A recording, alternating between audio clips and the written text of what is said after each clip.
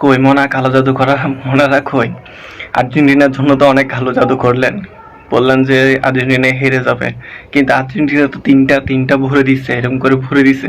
কি রে ব্রাজিল ফ্যানরা কই? ভাই আপনাদের আওয়াজের জন্য তো কোথাও বসা যাচ্ছে না, বুঝছেন? আপনাদের আওয়াজের জন্য কোথাও মানে 2 মিনিট বসা যাচ্ছে না।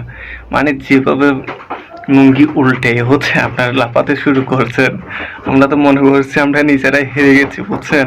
আপনারা যে হিসাব শুরু করে দিয়েছেন, অনলাইনের মধ্যে হচ্ছে আমাদের নিয়ে বিনোদন শুরু করে দিয়েছেন কেমন।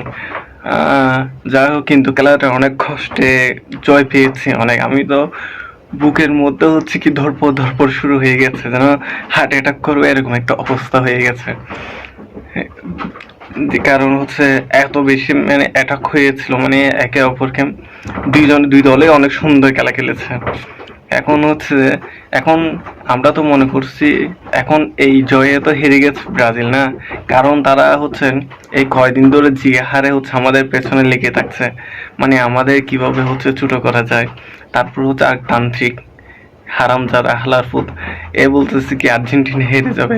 এখন তান্ত্রিককে একদম ইচ্ছে মতন ফোন মেরে দিচ্ছে। কি বলবো, মানে এগুলো দেখে হচ্ছে মানে কি হাসবো কি কান্না করবো। কিন্তু আমাদের হচ্ছে কি মানে উত্তেজনাটা কি কি হারে যে ফিরে গিয়েছিল, বলার মতন ছিল না। মনে করছিলাম সত্যি আজকে হেরে যাবো, কারণ যেভাবে তান্ত্রিকটা হচ্ছে কালো জাদু করতেছে, সেখানে ব্রাজিল ফ্যানরা হচ্ছে যে দুয়ার পর দোয়া করতেছে, সবকিছু দেখে হচ্ছে আমাদের অবস্থা নাজেহালের অবমতন হয়ে গেছে।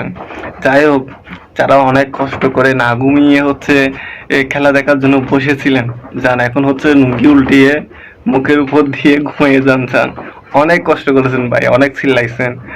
যাই হোক, আপনাদের মনের আশা পূর্ণ হয়নি। আহা কি বেদনা, কি কষ্ট। যান এখন ঘুমাইয়ে যান।